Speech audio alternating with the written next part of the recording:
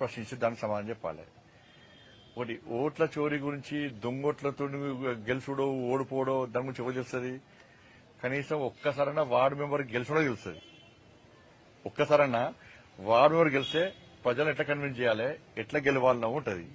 నేను 1995 ఎన్ని సంవత్సరాలు ఇప్పటికీ 30 సంవత్సరాల నుంచి నేను ప్రజాప్రతినిధి.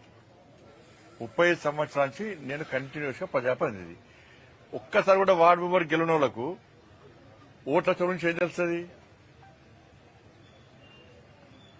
ఇది అవుతుంది చెప్పనా? ఇప్పుడు గంగాధరలో ఓటేసి, జగిత్యాల ఓటేసి, వెమ్లవాడలో ఓటేసి అది అవుతుందా చెప్పది? అది సాధ్యమవుతుందా? నేను 5,000 10,000తో 50,000 లక్షల ఓట్లతో మీరు గెలుస్తున్నాను. నేను 2,20,000 ఓట్లతోని కరీంనగర్ ప్రజలు నాకు బ్రహ్మాండమైన మెజార్టీని అప్పయ్యారు.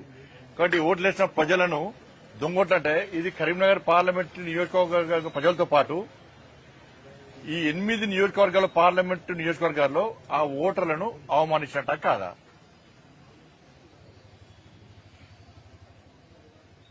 ఒక్కొక్క ఇంట్లో 10 ఓట్లు. నేనేమంటున్నానంటే సరే రేవంత్ రెడ్డి గారు స్పందించాలి.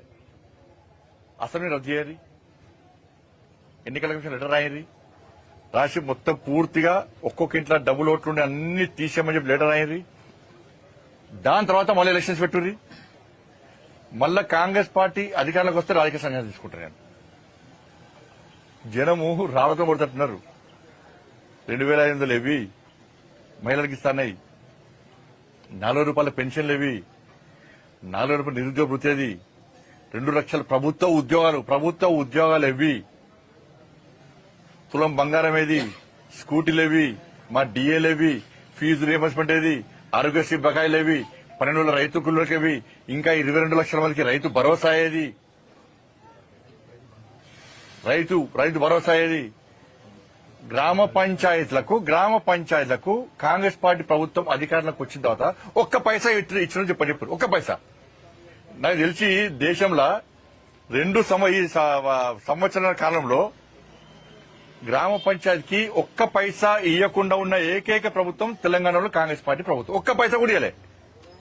ఇప్పుడు ఎన్నికలు దేనికోసం పెడతామనుకుంటున్నారు? కేంద్ర ప్రభుత్వం నిధులు ఇస్తుంది కాబట్టి ఎన్నికలు పెడదామనుకుంటున్నారు. మరి కేంద్ర ప్రభుత్వం నిధుల కోసం ఎన్నికలు పెడితే ప్రజలు ఎవరికి ఓటేస్తారు? కేంద్రంలో అధికారంలో పార్టీకి బీజేపీకి ఓటేస్తారు.